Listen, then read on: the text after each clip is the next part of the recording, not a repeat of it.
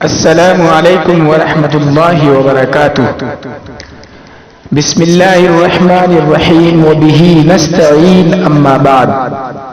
ناظرین کرام، میں آپ کا میزبان غلام مجتبیٰ رشادی اپنے یوٹیوب چینل میں آپ تمام سامعین و سامعات کا دل کے عمیق گہرائیوں کے ساتھ خیر مقدم کرتا ہوں۔ ہمیشہ کی طرح آج میں مسند امام احمد بن حنبل سے ایک واقعہ لے کر آپ سب کی خدمت میں حاضر ہوا ہوں، غور سے سنیں اور نصیحت حاصل کریں۔ حضرات، سیدنا عباس رضی اللہ تعالی عنہ کا گھر مسجد نبوی کے ساتھ تھا اور اس مکان کا پرنالہ مسجد کی طرف تھا۔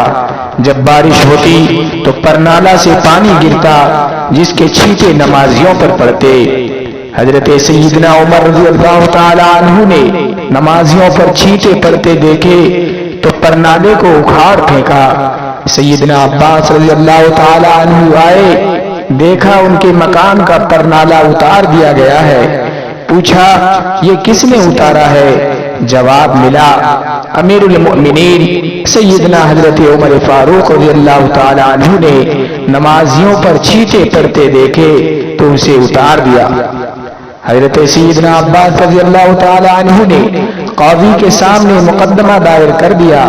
چیف جسٹس ابی بن کعب رضی اللہ تعالی عنہ ہیں، امیر المؤمنین ابی بن کعب رضی اللہ تعالی عنہ کی عدالت میں پیش ہوئے تو جج صاحب لوگوں کے مقدمات سن رہے ہیں اور سیدنا عمر رضی اللہ تعالی عنہ عدالت کے باہر انتظار کر رہے ہیں۔ کافی انتظار کے بعد جب سیدنا عمر رضی اللہ تعالی عنہ عدالت کے روبرو پیش ہوئے تو بات کرنے لگے، مگر ابی بن کعب رضی اللہ تعالی عنہ نے یہ کہہ کر روک دیا کہ پہلے مدعی کا حق ہے کہ وہ اپنا دعویٰ پیش کرے، یہ عمر رضی اللہ تعالی عنہ کے دور کا چیف جسٹس ہے۔ سیدنا عباس رضی اللہ تعالی عنہ دعویٰ پیش کرتے ہیں کہ میرے مکان کا پرنالہ شروع سے مسجد نبوی صلی اللہ تعالی علیہ وسلم کی طرف تھا۔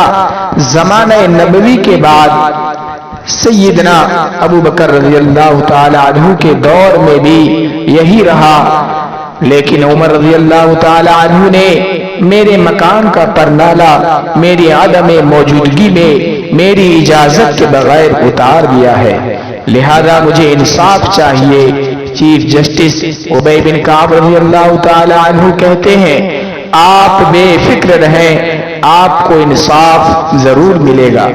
قاضی نے حضرت سیدنا عمر فاروق رضی اللہ تعالی عنہ سے پوچھا، آپ نے سیدنا عباس رضی اللہ تعالی عنہ کے گھر کا پرنالہ کیوں اتارا؟ 22 لاکھ مربع میل کا حاکم کٹہرے میں کھڑا ہو کر کہتا ہے، سیدنا عباس کے مکان کا پرنالہ مسجد نبوی کی طرف تھا۔ جب بارش ہوتی ہے پرنالے سے پانی بہتا ہے اور چھینٹے نمازیوں پر پڑتے ہیں جس سے نمازیوں کو پریشانی ہوتی ہے، اس لیے میں نے اسے اتار دیا۔ حضرت ابی بن کعب رضی اللہ تعالی عنہ نے دیکھا کہ سیدنا عباس رضی اللہ تعالی عنہ کچھ کہنا چاہ رہے ہیں۔ پوچھا، آپ کیا کہنا چاہتے ہیں؟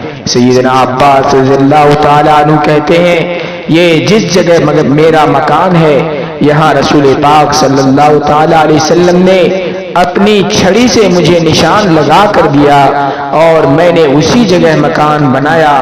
پھر جب پرنالہ نصب کرنے کا وقت آیا تو رسول پاک صلی اللہ تعالی علیہ وسلم نے کہا، چچا میرے کندھے پر کھڑے ہو کر اس جگہ پرنالہ نصب کر دیں۔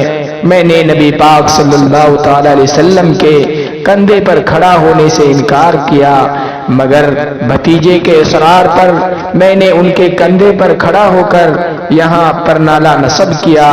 یہاں پرنالہ نبی کریم صلی اللہ تعالی علیہ وسلم نے خود لگوایا تھا۔